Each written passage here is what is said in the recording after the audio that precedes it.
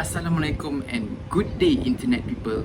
My name is Khairul Muzammil bin Harun and welcome to Healthpedia, where we will be sharing about common and chronic disease in Malaysia. This is the first episode of Healthpedia. In this episode, we will be explaining on one of the chronic and common disease found in Malaysia, which is kidney disease. I believe there some of you might ask, why kidney disease? So, kidney disease is a rising public health concern globally, with approximately 850 million affected by the disease. Did you know that chronic kidney disease or CKD affects 1 in 7 Malaysians? The number of kidney disease patients in Malaysia is worrying. According to a statistic released by National Renal Registry in 2022, at the end of the year 2020, the total number of individuals receiving treatment for kidney disease in Malaysia is approximately reaching 49,500 individuals. By the year 2040, it is estimated 100,000 Malaysians would require dialysis treatment for their kidneys. First, we need to have a basic understanding of the functions of our kidney beforehand. So, kidneys are two bean-shaped organs that are located below our ribcage, one on each side of our spine. The role of our kidney is to cleanse the blood in our body and remove waste and excess water to make urine. So, what is chronic kidney disease? According to Center for Disease Control and Prevention in 2022, chronic kidney disease or CKD is a medical condition in which the kidney fails to filter blood efficiently as they should. So, this condition resulted in excess fluid and waste from blood remaining in the body, which later contribute to kidney failure or end-stage kidney disease or ESKD. Who is most likely to suffer from kidney disease? Actually, everyone has the risk to suffer from kidney disease. However, people that are already suffering from diabetes, high blood pressure and gout are most likely to suffer kidney disease. According to Dr. Rafida Abdullah, 61% of kidney disease patients in Malaysia are also diabetes patients. How does diabetes influence the risk of kidney disease? Each kidney is made up of millions of tiny filters. These filters are called nephrons.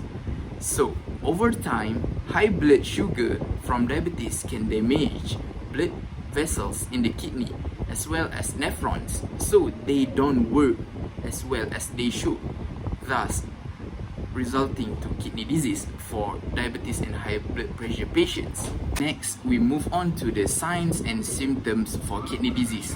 There are myriad signs that indicate an individual suffering from kidney disease. One of the most vivid signs is fatigue. Fatigue happens due to high phosphate and lactic acid levels in one's body. Subsequently, another symptom of kidney disease is dry skin and itchiness.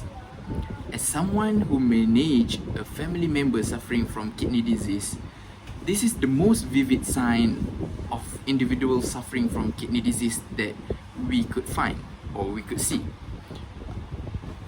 Most of the time, this sign can be seen on the individual's feet, where they suffer dry skin, itchiness, swell their feet and turning reddish in color.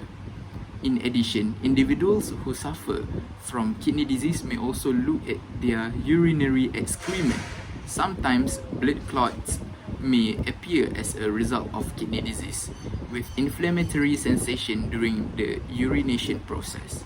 Not only that, increased frequency of urination is also one of the kidney disease symptoms. Kidney disease cannot be cured. However, medical practitioners have discovered several methods of treatment for kidney disease known as renal replacement therapy. There are several methods of renal replacement therapy, which includes hemodialysis, peritoneal dialysis, and kidney transplant. Each method is a treatment that helps with filtering and cleansing the patient's blood. Hemodialysis is a treatment where a hemodialysis machine is required to cleanse and filter the patient's blood. This process requires up to 4 hours per treatment and will be conducted 3 times in a week. Hemodialysis patients will have to adhere to the schedule provided by the hemodialysis center that they registered to. The schedule of treatment are either on Monday, Wednesday and Friday, or Tuesday, Thursday and Saturday. Hemodialysis treatment can be done in government hospitals or private hemodialysis centers. The next method is peritoneal dialysis. Peritoneal dialysis can be divided into 2 types of peritoneal dialysis, which is continuous ambulatory peritoneal dialysis or CAPD and automated peritoneal dialysis or APD. CAPD treatment requires the patient to undergo the therapy at least 4 times in a day with the duration of ranging from 30 to 40 minutes per session. Meanwhile, automated peritoneal dialysis or APD therapy is done once a day, but with longer duration per session. It is up to 10 hours per treatment that is normally done during bedtime. Both types of peritoneal dialysis are more lenient to its patients, where treatment can be done at their houses as long as the hygiene level are preserved, and treatment can be done following to the patient's availability. The last resort for kidney disease is kidney transplant. Kidney transplant is basically transferring or changing your kidney to another individual's kidney.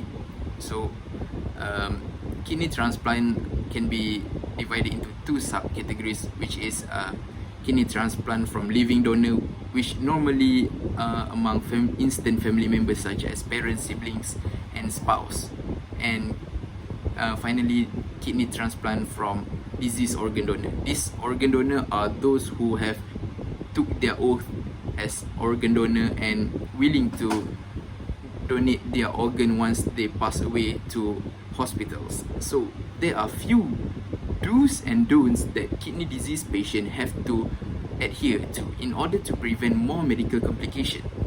Kidney disease patients have to avoid foods that are high in sodium, potassium and phosphorus levels, such as avoiding the excessive use of salt and monosodium glutamate or MSG in cooking. Limiting the intake of several types of foods such as bananas, nuts, tomatoes and oranges that contain high potassium level are also encouraged by medical practitioners. However, there are also fruits and other foods that medical practitioners encourage kidney disease patients to consume because of its low potassium level and its less risk towards their kidney, which such as pineapple, grapefruit, white rice and bread. Furthermore, kidney disease patients have to adhere to their water intake limitation underlined by the doctors or medical practitioners. These water intake levels may vary according to the level of functionality of their kidney. For instance, my father, who has 50% functionality of his kidney, is limited to consume not more than 1.5 liters of water daily. So medical practitioners also advise the public to engage more in physical activities and control their sugar intake to preserve pristine condition of their kidney, thus preventing kidney disease. Finally, we from Healthpedia would like to encourage the public to live a healthy lifestyle by controlling your sugar intake, consume healthy diet, quit smoking and quit consuming alcohol beverages, engage more in sports and other exercise. We also would like to encourage you to book an appointment with your nearest hospital to have your kidneys checked, especially if you or your family members or friends are showing symptoms as mentioned above. So remember, kidney disease is a chronic disease and might cost you your own life. So make the right decision now. Protect your kidney. Till we meet again in the next episode of Healthpedia. Ciao.